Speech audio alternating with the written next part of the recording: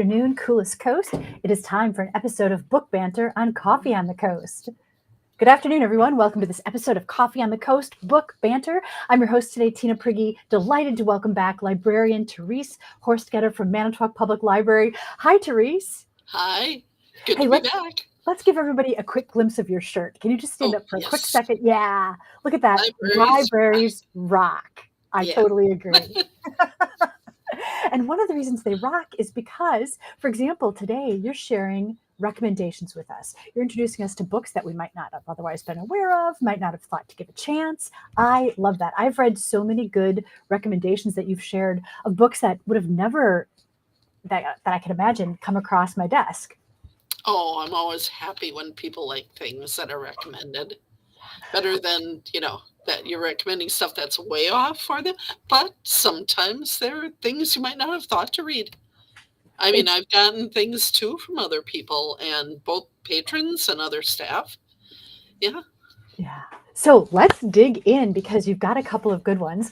I want to put up this little blurb first. This is from the Libby app talking about the first book you're going to recommend. It says it was an NPR Best Book of 2023, and it says it's a collection of 19 dark, wildly imaginative short stories from the author of the award-winning TikTok sensation, Tender is the Flesh. So that book is 19 Claws and a Blackbird by Augustina Bastarrica, author of Tender is the Flesh. Okay, tell us more. Well, it is short stories. I read several, and mostly because it was the last thing that I was kind of finishing up that I'd picked up. And it is very different from the norm that I read. It is, short stories are not usually what I pick up, but I did for some reason, this was recommended somewhere that it sounded interesting. It is definitely interesting. It is definitely, it just has, the stories have kind of a punch to them that at the end, I am saying as much,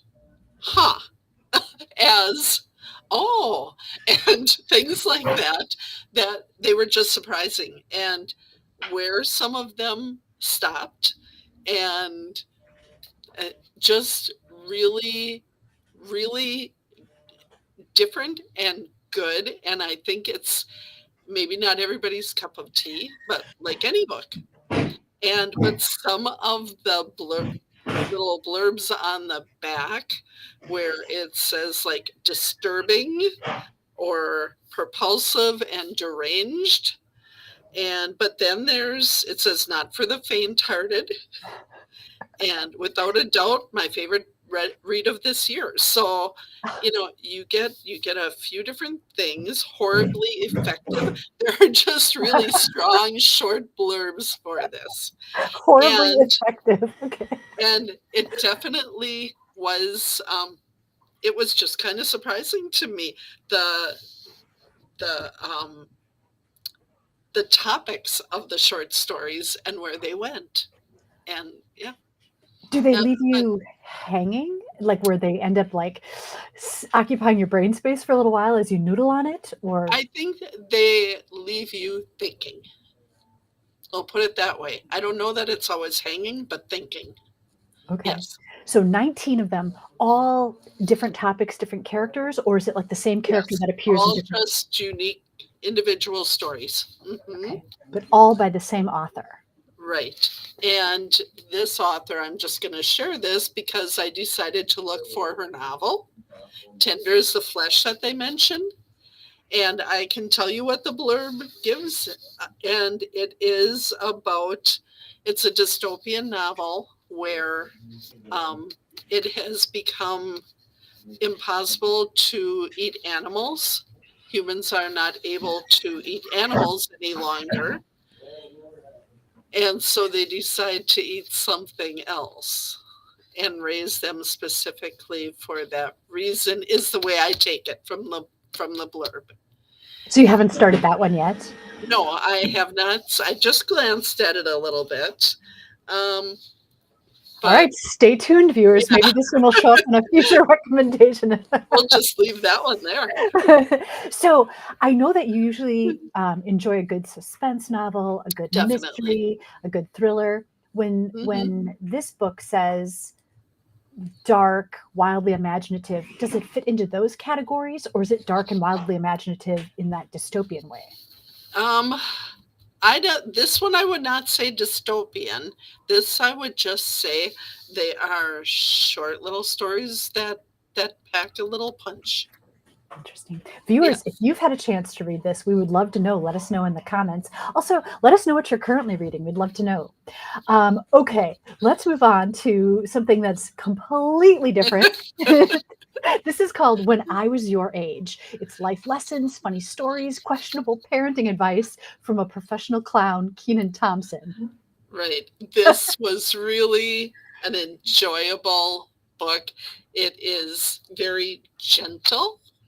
It tells stories all along from him starting out as a child actor and making his way to where he wanted to be, which is really where he is.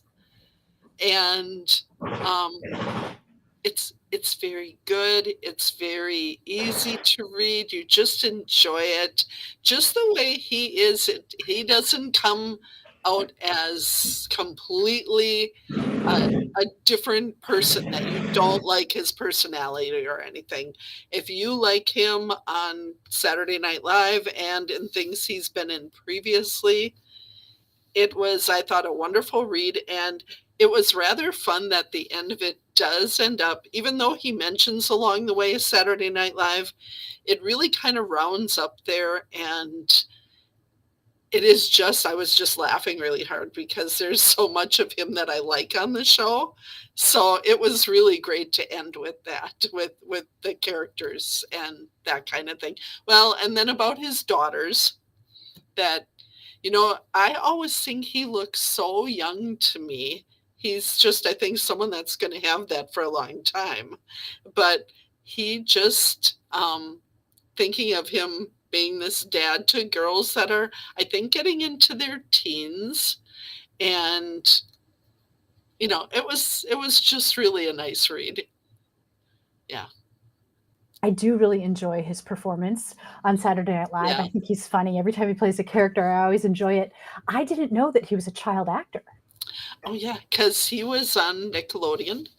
And Oh, he was in the Mighty Ducks at least one or two of the Mighty Ducks movies, if not all three. okay. And Interesting. yeah, so yeah, And it was just a really good book. it's an interesting point that you make too, because it seems like he never ages. He Yeah, looks like he's been the same age ever since he yeah, started Saturday Night Live. yeah. It does, and he's the longest cast member on there. Oh, Yeah, that he's been on there for 20 years. And I just can't picture that, but he has been. so Yeah. when you read the book, do you kind of can you hear it in his voice? Does it feel like Oh, he's there? yeah, definitely. And he just has so many good things to say about people that helped him along. And even though he had upsets along the way, it's not like he dwelled on and he Mm, had good people, luckily, in his life that helped him along. yeah. I wonder if there is an audio version of the book, and I wonder if he narrated it. Oh, that I'm not sure of. Sorry. No, that's okay. I listened to the audio book of Steve Martin's life, or no, Martin Short's life story, and he Oh, okay. he actually narrated it. He read it, and Yeah. it was so enjoyable to hear it in his voice. Yeah. I can't picture any comedian though, for some reason, I can't picture them that they would have sat still and done this. Like I'm just picturing them if they were doing it, that they would have had to be constantly moving while they were doing it. That's funny. That's a funny assessment. Okay, so let's switch again. So we started dark and wildly imaginative, light and enjoyable comedy. How about this one? This is A Flaw in the Design by Nathan Oates. This was good, and it was a couple whose the husband's sister and her husband are killed in an accident, and their son is sent to live with it's Gil and Molly are the main characters, and they have a couple of daughters. And so Matthew, his nephew, is sent to live with them. And they had had issues with Matthew previously and his behavior. And so now he's coming to stay, and he is 17. And a lot of this, where there's a lot of tension in the book because you are waiting to see if something is going to happen, just because of the little bit of glimpses you get to see from the past. And Gil has a lot of issues himself with his feelings about Matthew, and I want to say somewhat of a chip on his shoulder. His sister married someone, they were very, very well to do. And so Matthew is very well to do, and they are not.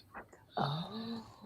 And so there's tension from the behavior, but then kind of tension with that. You get fed a lot of Gil's feelings in this book.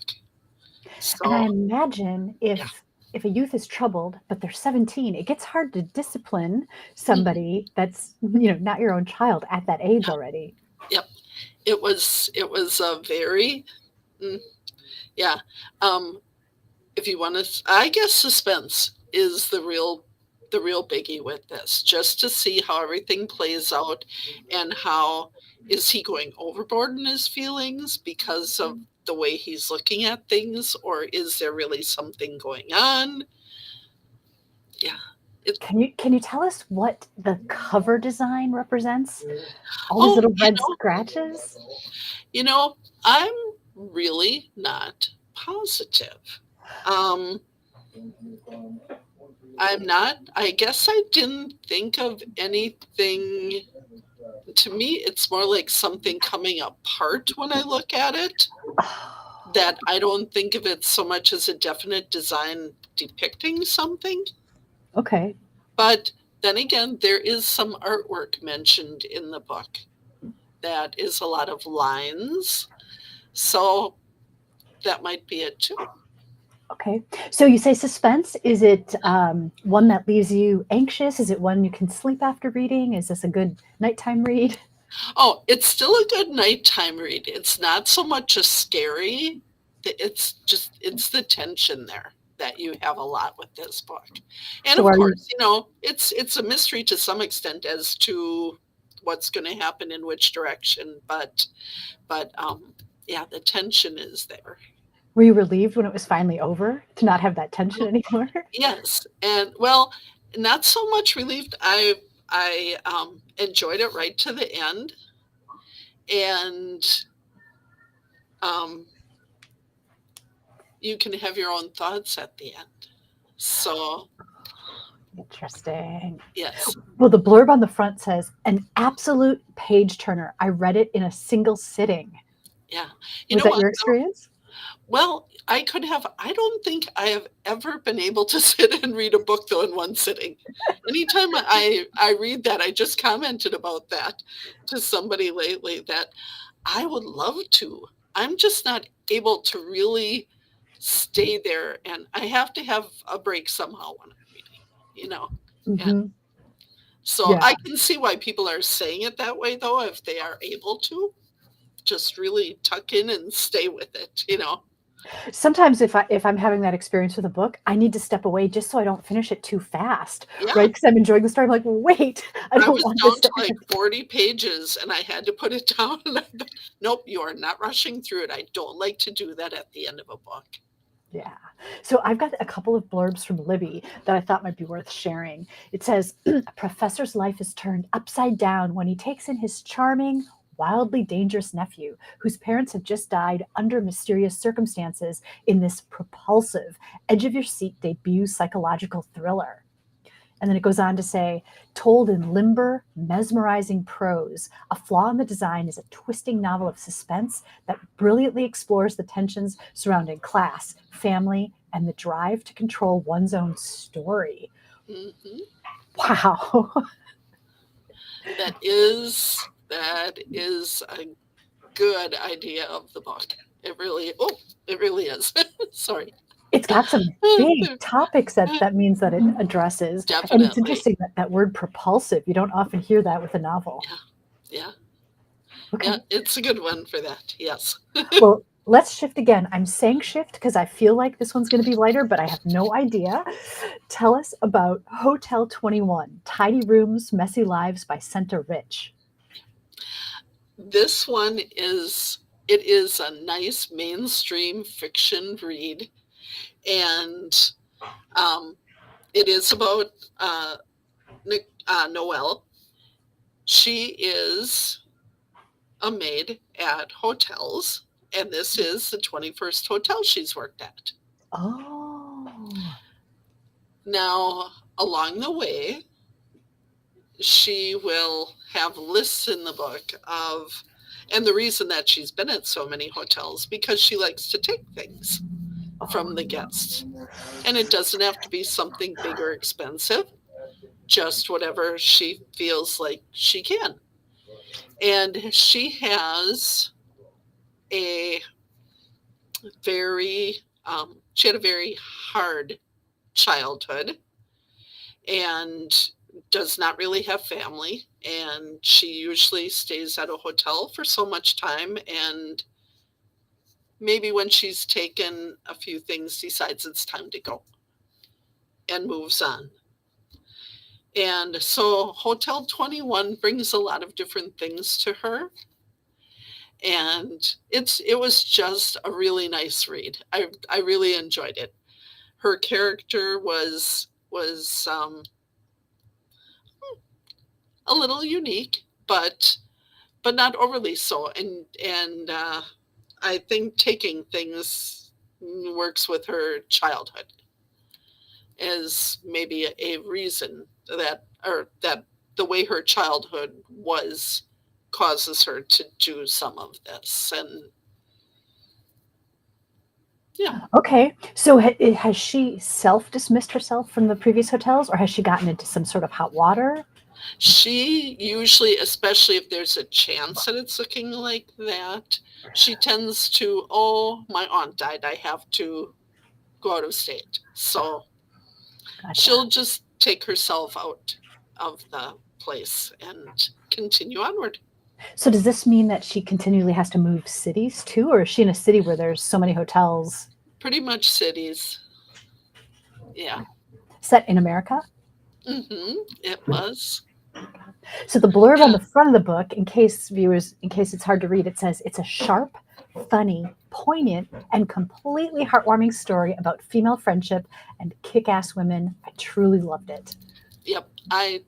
It was a really enjoyable read. And especially as you get into Hotel 21 and meet more of the people involved there. Yeah. Added to it. Interesting. Definitely. Yeah. Nice. Do we know Senta Rich? Has she written other things? No, not that I'm aware of. I did not look further. I'm trying to remember if it was her first or not, a debut. But regardless, I think it's a really nice read. Nice. Is it a new book? It was, yes. Or Okay. is, I should say. Awesome. Thanks, Therese. Wow, we've had some great recommendations from Therese today. Hotel 21 by Senta Rich, A Flaw in the Design by Nathan Oates, and then When I Was Your Age by Keenan Thompson, and 19 Claws and a Blackbird by Augustina Basterica. Therese, thank you so much for taking the time to share these recommendations. Oh, always fun. I can't wait to dig into my next read. All right, please join us again. Thank you so much for watching this episode of Book Banter on Coffee on the Coast. My guest today was Therese Horstketter, librarian with the Manitowoc Public Library, sharing book recommendations. We'd love to know in the comments what you're reading and if you have opinions of any of the books that we've just talked about. Thanks so much. We'll see you again next time. Bye, everyone. Bye.